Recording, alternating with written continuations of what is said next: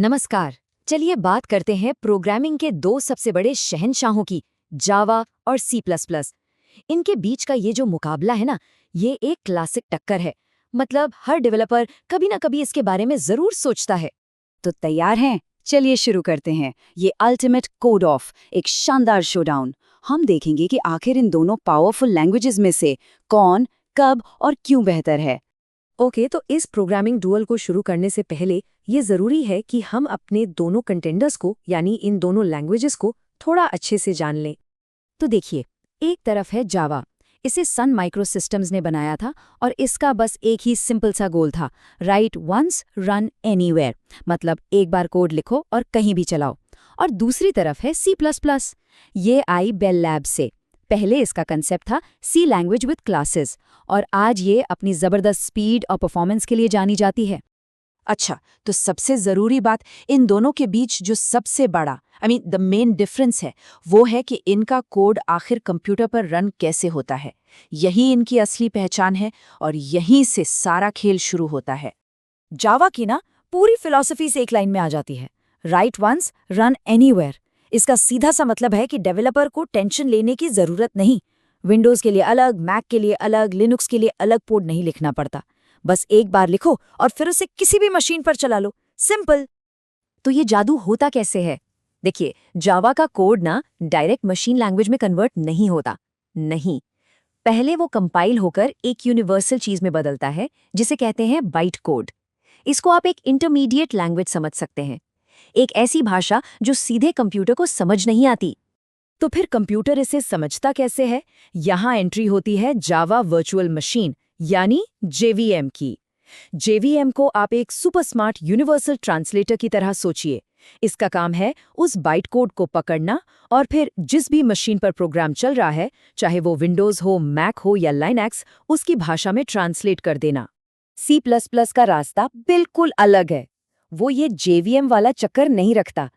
C plus plus का code सीधे सीधे मशीन स्पेसिफिक कोड में कंपाइल होता है। बीच में कोई इंटरप्रेटर या ट्रांसलेटर नहीं। इससे क्या होता है? स्पीड, बहुत तेज स्पीड मिलती है। लेकिन इसका एक ड्रॉबैक भी है। अगर आपने विंडोज के लिए प्रोग्राम बनाया, तो वो मैक पर नहीं चलेगा। उसको मैक के लिए अलग से दोबारा से कंपाइल करना पड़ेगा। ओके, तो अब जब हमने इनका फंडामेंटल डिफरेंस समझ लिया है, तो चलिए अब राउंड बाय राउंड देखते हैं कि इनकी कोर फीचर्स एक दूसरे के सामने कैसे परफॉर्म करते हैं। Let the showdown begin. तो यहाँ हम कुछ मेन बैटल ग्राउंड्स देखने वाले हैं, जैसे मेमोरी मैनेजमेंट, पॉइंटर्स, इनहेरिटेंस और थ्रेड्स। चलिए इनमें से कुछ सबसे इंपॉर्टेंट पॉइंट्स को एक एक करके आराम से समझते हैं। सबसे पहला और सबसे इंपॉर्टेंट पॉइंट, मेमोरी मैनेजमेंट। जावा में इसके लिए एक ऑटोमेटिक सिस्टम है, जिसे कहते हैं गार्बेज कलेक्टर। सोचो, ये आपके कोड के लिए एक क्लीनिंग सर्विस है। जैसे ही कोई मेमोरी यूज में नहीं होती, ये उसे ऑटोमेटिकली साफ कर देता है। इससे मेमोरी लीक्स जैसी प्रॉब्लम्स नहीं होती।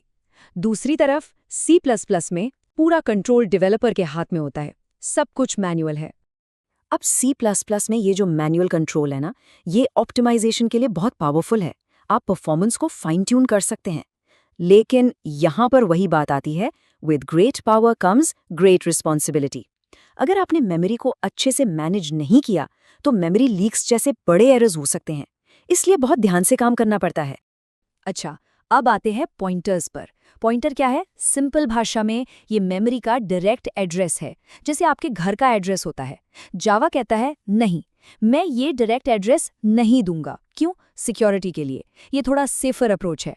लेकिन सी प्लस प्लस पॉइंटर्स को पूरी तरह सपोर्ट करता है।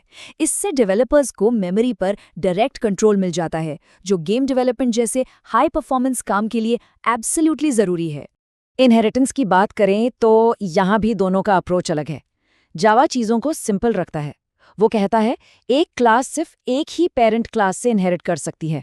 इसे सिंगल इनहेरिटेंस कहते हैं। इससे डायमंड प्रॉब्लम जैसी कॉम्प्लिकेशन से बच जाते हैं। वहीं दूसरी तरफ सी प्लस प्लस वो ज़्यादा फ्लेक्सिबल है। वो कहता है कोई बात नहीं, एक क्लास जितने चाहे पेरेंट क्लासेस से फीचर्स ले सकती है। इसे मल्टीपल इनहेरिटेंस कहते हैं। तो इतने सारे राउंड्स के बाद अब आते हैं फाइनल वर्डिक्ट पर। सवाल ये है कि आखिर कौन सी लैंग्वेज चुनी जाए, जावा या सी प्लस प्लस।